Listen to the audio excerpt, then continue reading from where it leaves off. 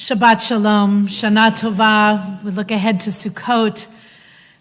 For those here in our sanctuary, first of all, thank you so much for coming back so soon after Yom Kippur.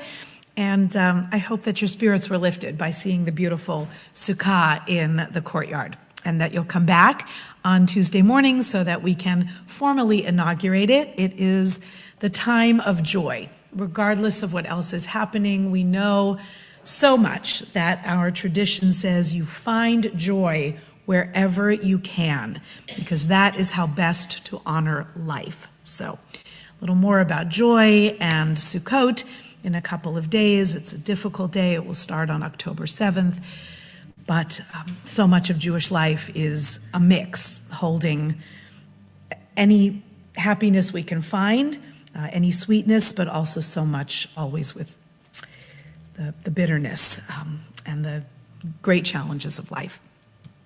So for those online, those in person, and all of our other friends, please come back on Tuesday for Sukkot and we'll make room. I'd like to just share a few words this morning about two amazing leaders. The first is Camille Senon, a feminist and union activist who narrowly escaped the Nazi massacre in her French village of Oradour-sur-Glane. Forgive my French, please, Cantor Rudy. She passed away on Thursday, on Yom Kippur. She was 100 years old.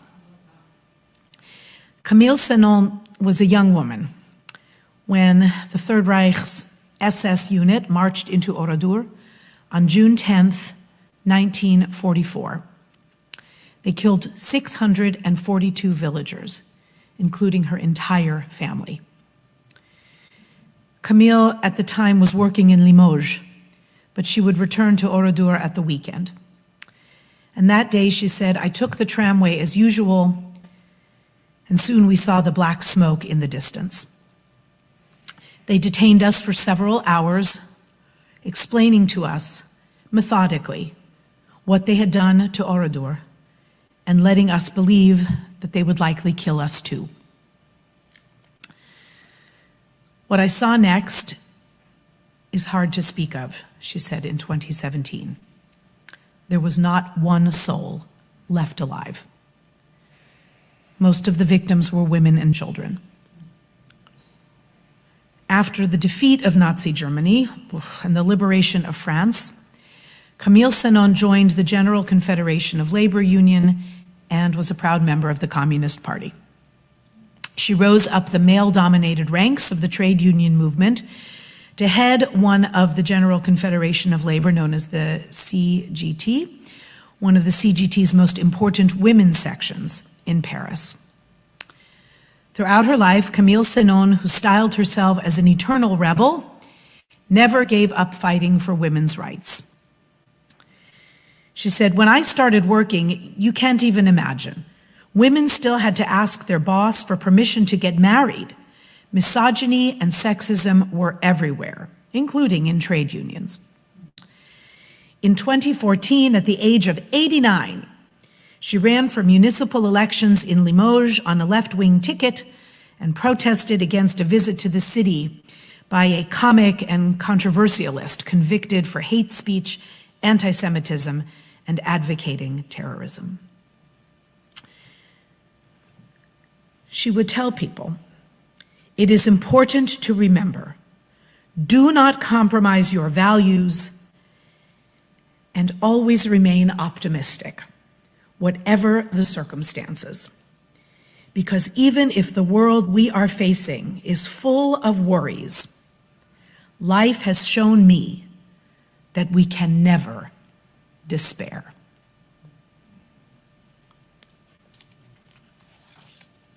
Camille Senon, age 100. May she rest in peace.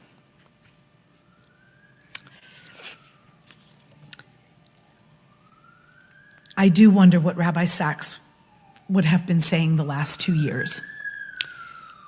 And as much as we all miss him, probably some things in this world he didn't need to see. But his teachings are so moving and meaningful. You don't have to agree with everything he says or how he lived. But when he writes about Moses, it is an uplift to the soul. We read today, God spoke to Moses and said, "Go up to this mountain of the Abarim, Mount Nebo, in the land of Moab opposite Jericho, and view the land of Canaan, which I am giving to the people of Israel for a possession. And die on the mountain which you go up, and be gathered to your people, for you will see the land only from a distance. You will not enter the land I am giving to the people of Israel." Moses, the leader, liberator, lawgiver, the man who brought a group of slaves to freedom, turned a fractious collection of individuals into a nation, and so transformed them that they became a people of eternity. His life draws to a close this week in our story. Moses mediated with God, performed signs and wonders, gave the people its laws, fought with them when they sinned, fought for them when praying for divine forgiveness, gave his life to them and had his heart broken by them when they repeatedly failed to live up to his great expectations. Each age has had its own image of Moses. Yet what is so moving about the portrayal of Moses in the Torah is that he appears before us as quintessentially human. No religion has more deeply and systematically insisted on the absolute otherness of God and man, heaven and earth, the infinite and the finite. Other cultures blur the boundary, making some human beings seem godlike, perfect, infallible. There is a tendency, it's marginal to be sure, but never entirely absent within Jewish life, to see sages as saints and scholars as angels, to gloss over or drash away their doubts and shortcomings and turn them into superhuman emblems of perfection. But Tanakh, our Bible, is greater than that. It tells us that God is never less than God, and God never asks us to be more than human. Moses is human. We see him despair and want to die. We see him get angry. We see him on the brink of losing his faith in the people. We see him beg to be allowed to cross the Jordan and enter the land.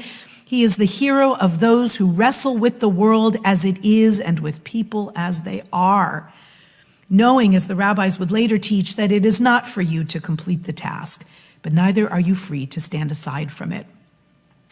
The Torah will remind us that to this day no one knows where Moses' grave is, to avoid his grave being made a place of pilgrimage or worship. It's too easy to turn human beings after their death, or even sometimes during their lives, into saints and demigods. But the Torah opposes that.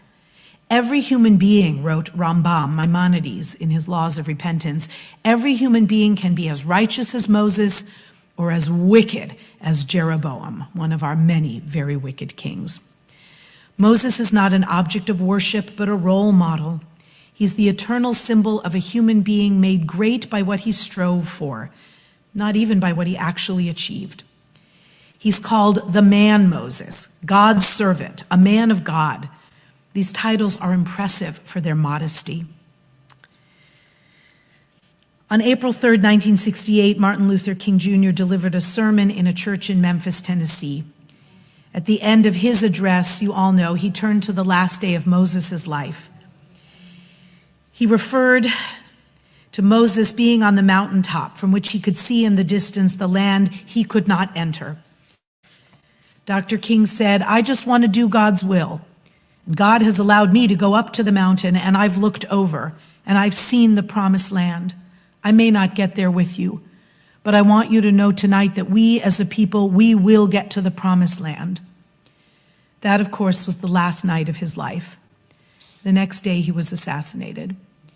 The still young Christian preacher, he was not yet 40, who had led the civil rights movement in the United States, identified not with a Christian figure, but with Moses.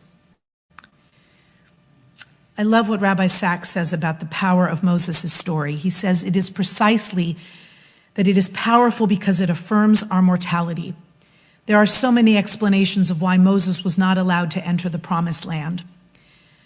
I have argued, says Rabbi Sachs, that it was simply because, as we are taught in the Talmud, each generation has to have its leaders. And the person who has the ability to lead a people out of slavery was not necessarily the one who had the requisite skills to lead the next generation into its own and very different challenges. That there is no one ideal form of leadership that is right for all times and situations. So what then does the story of Moses and the story of Camille Senon tell us? These stories tell us that it is right to fight for justice, even against regimes that seem indestructible. I'm going to read that again. I thank you, Rabbi Sachs, for this strength and this message. It is right to fight for justice, even against regimes that seem indestructible. God is with us when we take our stand against oppression. The change may be slow. We may not see it. But it is real, and that people are transformed by higher ideals, even though it may take centuries.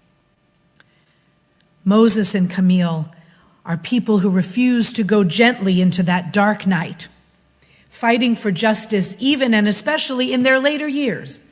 Imagine running for office at the age of 89. Moses is the eternal symbol of how a human being, without ever ceasing to be human, can become a giant of the moral life. That is the greatness and the humility of true servants of God. May they rest in peace, and may we be inspired by their legacy. Shabbat Shalom.